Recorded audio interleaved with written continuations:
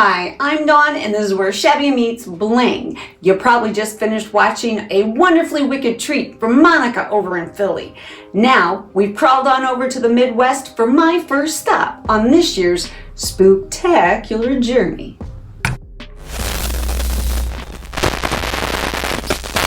You are watching 1313 Mockingbird Lane, a vintage Halloween playlist crawl. I would like to thank my co-host Monica from Up All Night DIY. You're going to find the link to her channel as well as this playlist in my description box below. I know you will be totally shocked when I tell you that I thrifted this guy. He was $7.99 at Goodwill. The Goodwill. He's nearly 20 inches tall. But he's very average looking. I think he's probably from the 90s. He's got some wear and tear, and just the looks of him, he's not a newer one, and especially what he's made out of. So I'm going to take this guy, and I'm going to give him a little bit of a makeover. And he's really grungy. So first things first, I'm going to give him a good bath. He's doity. We got to clean him up. So I am just taking a cleaner. Just an average cleaner. I don't think it really matters. You can even take warm soapy water and give the little guy a good scrub down. So we'll get him clean and then we will move on to the next step. When I say I'm going to change him around a bit, I'm not joking. He is going to get reconstructive surgery. I'm taking my pencil and I'm just drawing out where I am going to cut him. I'm going to carve my pumpkin.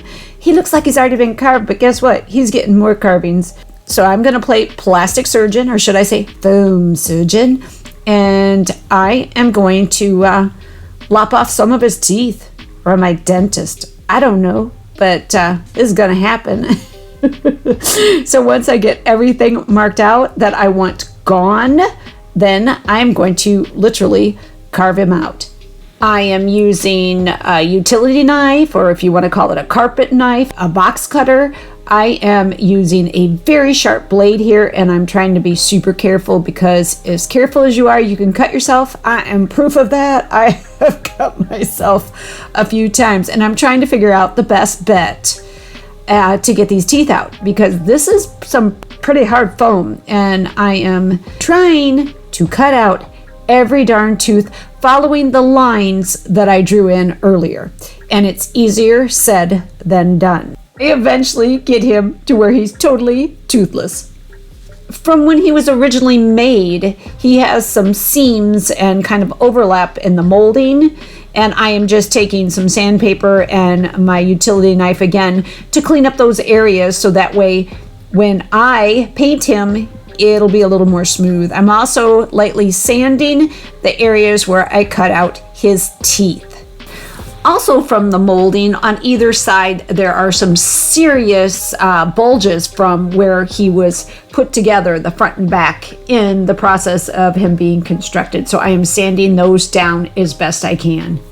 Now he's getting a nose job. I cut out of some scrap of foam a little triangle, and I am going to glue it inside the cavity where his nose is. His nose is going bye-bye. Nothing will replace this nose. I just don't want the nose there. So I am looking for a certain vintage look for this thing, and you'll see what I mean shortly, but I'm just going to hot glue it in at this point and press it down until it's flush with the front of his face. Now those nubbins have to go as well. He's just having all kinds of stuff cut off of him, poor baby. I am using an extremely sharp knife to make this happen. My little utility knife wasn't doing the job. So I'm gonna hack off all the 3 nubbins because this guy is gonna sit on something different anyway, other than just sitting on the ground or on a table. Now I am filling the cracks around that nose that I created with some lightweight spackling, and I'm also going to be filling in some of the little dental work I did earlier so that there are any little holes or gaps that were created by my cutting out his teeth are filled in. I want this to be nice and smooth as possible. I am not really going to touch up the rest of his face. Anything that looks old on his face, I want to look old, with the exception of the seams on either side of his body. I will be filling those in as well because I do want those to be as smooth as possible. Once the spackling is dry, I will sand all the areas. And now, drum roll please, it is time to paint. I get to paint my pumpkin. I wanted kind of a warm, cinnamony looking orange, and I thought this warm sunset would do the trick. So this is the first coat of warm sunset, and I only did the back side, and I let it dry because I wanted to see what it looked like. Everything dries, either much darker or a little bit darker, or the hue is different once it's dry. So I wanted to make sure before I did the whole darn thing what it was going to look like. Either way you look at it, I've got a nice base coat running here. So I'm going to finish this first top coat, this base coat, and we're going to take a lookie. So I feel it's too bright. I don't like it. I like the original color even better than what this warm sunset was. Wasn't warm, it was more like a neon sunset. So I am taking yellow ochre and the warm sunset, and I'm going to mix them because I want to tone this down a little tiny bit and make it more cinnamon-like. Cinnamon-y. Right on the pumpkin itself, I am mixing the two colors, and this will give me some streaks as well, some highlights and lowlights and whatnot. And I am just going to with my pretty brush, gonna paint this entire thing. You can see it's already looking a little more like the original color if it hadn't been faded. So I think I'm on the right track here, and you can definitely see the difference between the two colors right there. And let's face it, the one I'm applying right now with that yellow ochre added is much more on target. As this is going on, I am trusting that I like it so much that I'm just going to continue all the way around my pumpkin. And FYI, the warm sunset is a deco art, and my yellow ochre is a plaid folk art. So once that's finished, I move on to the stem. You're not going to see the stem because my guy is going to have something on his head. Of course he is. Of course he is. So I am using Lush Green. This is also a deco art. And to me, this looks like a vintage green. It's just dark and warm and inviting. And I love this color. So this is going to be the color I also use for the base of my guy. My guy's name's Jack. Of course his name is Jack. But you know what? His name is Party Jack, because Jack's going to a party and he likes to party. He likes to party. So we're going to finish up his stem, and then we're going to move on to the carved part of his little face, all the carvings.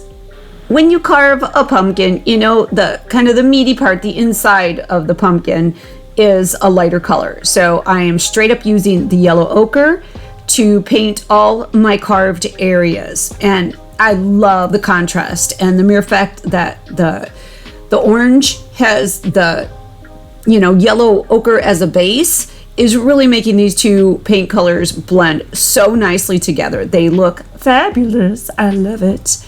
So I'm going to continue and paint all of the carved areas this yellow ochre. So you're probably wondering at this point why I took his teeth away.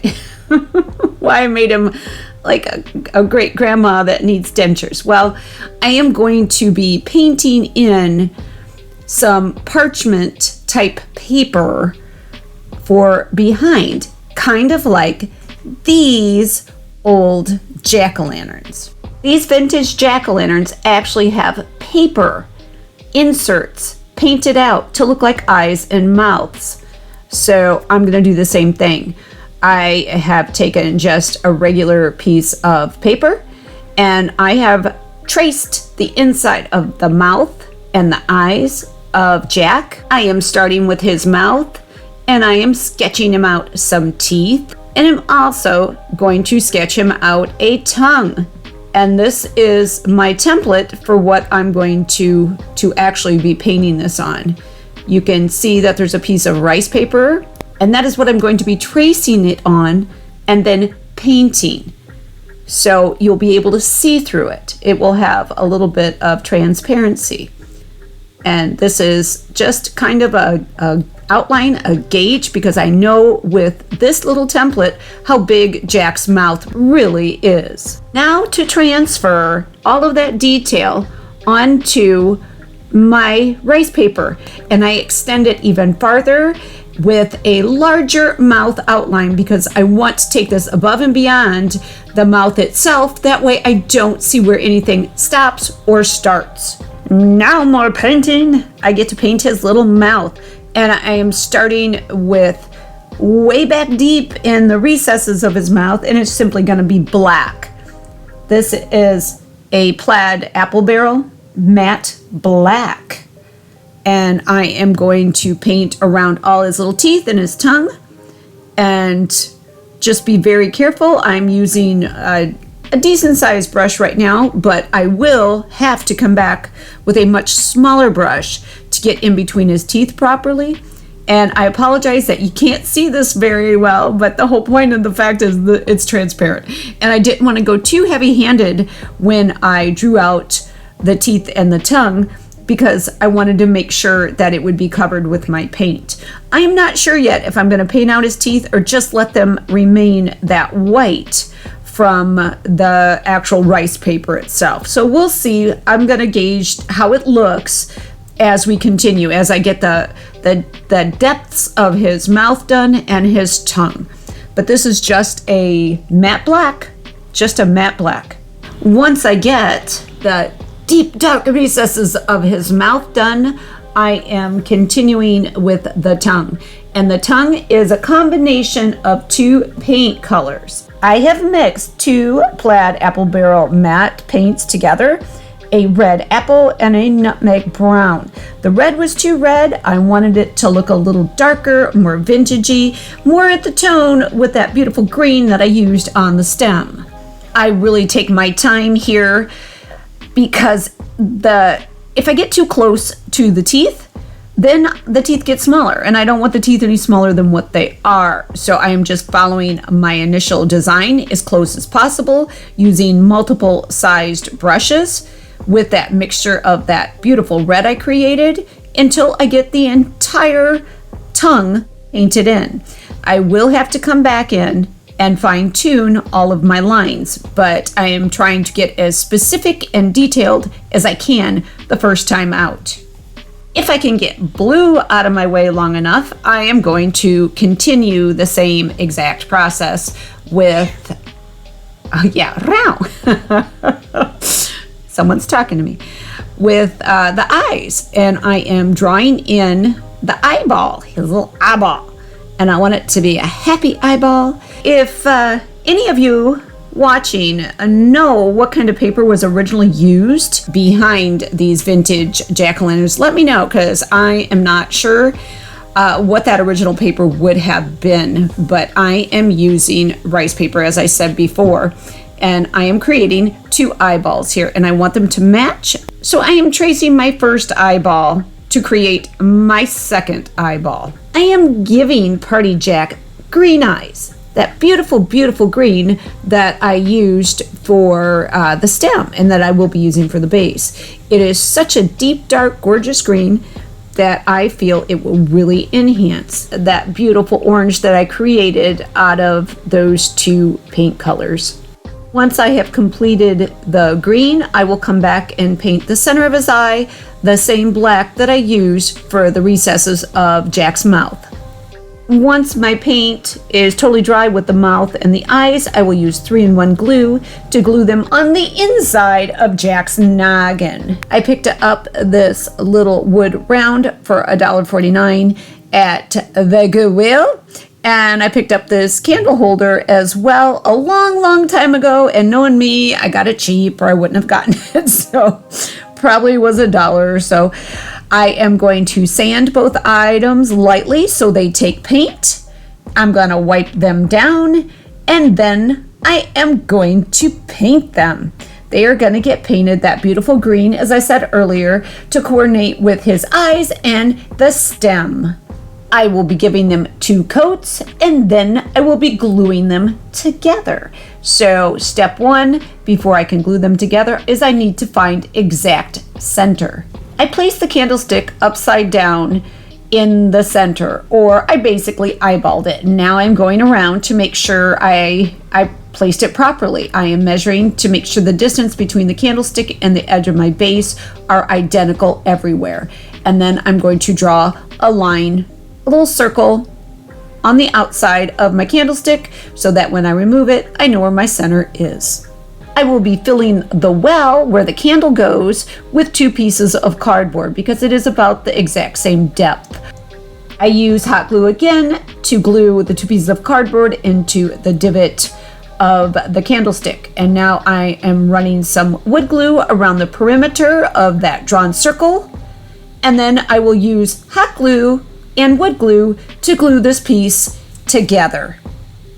Before it dries, I center it and I hold it firmly into place. After this, I'm going to clamp it and let it dry overnight. Before I unclamp it, I drill a hole up through the wood base and the candlestick, and then I'm going to sink a screw up through both pieces to make sure it is really secure for Party Jack. I unclamp it and I give it one final coat of paint, and then she's ready for Mr. Party Jack. Party Jack, and maybe a candle on top? We shall see. It just ain't a party without a party hat. So I'm going to make a party hat out of this little graduation megaphone. It was only 99 cents at Goodwill, and that little sticker came right off, and the rest of it cleaned up real nice. Now, to be a party hat, I'm going to have to tie this hat on to Party Jack. So I am drilling 2 corresponding holes on either side of the megaphone. Next, I take a fine sandpaper and give it a little bit of a sanding so it can hold my paint. Yes, I'm going to paint this guy, and I'm going to use that beautiful yellow ochre because I want everything to coordinate very nicely. You can see it's going to take more than 1 coat. So I'll get started on this, let it dry, and I'll come back for another coat. 3 coats finally covered this little megaphone. I'm actually going to use some construction paper to print some things off that I grabbed off of Canva. And you can see the construction paper is a little bit bigger, so I needed to cut it down. And these are the pretty little images that I found and kind of altered to some degree to fit my needs for this party hat. So I'm going to cut these guys out and I'm going to get them on my little megaphone. I have cut everything out, and now it's time for the podge. I bust out my Mod Podge, and I'm going to Mod Podge everything onto my little megaphone. You can see how pretty that yellow is, that yellow ochre. And I have a preconceived idea of where I want everything to be. And I'm starting with the item that I had off of Canva that I curved, so it would fit and look appropriate for the bottom of the megaphone. And now I'm taking a second kitty cat so it looks dimensional, and I'm going to Mod Podge it right on top, sort of askew, but right on top of that first kitty cat. I will add my 31 in a couple different places because I cut 2 out, and some of my stars, my little retro stars. And I might even add some glitter when I'm done. I will be using the black and gold crepe paper to create a fringed ruffle and a tassel for my hat, and the off-white will be used to make a flower. I think the party has already started. Let's go say hi to Party Jack. Just a quick reminder of what Jack looked like previously. And here he is now. He's very proud of his little Halloween party hat. With the kitty cat, you can see it looks like Kitty has 4 paws. It looks dimensional. And the ruffle, the shredded ruffle, came out really nice. You can see the 2 colors, that beautiful ochre and the black, and the matching pom-pom on the top. I had to add a little bit of styrofoam at the top of the megaphone to give it more of a point. Happy Halloween! There is Party Jack. Check out his eyes. He's looking right at you. Kind of look like olives. I love that green. I loved it so much, I even used it on the base. I used white macrame string to tie his hat on to his little head. Not so little head. It's huge. It's huge. You know, if you go to a party, you should have a party trick. And Party Jack has a party trick. Are you ready? 1, 2, 3. There it is. There it is. I added a candle inside, a flickering candle, and it's battery operated with a little remote. So on a whim, he can do his party trick anytime he wants.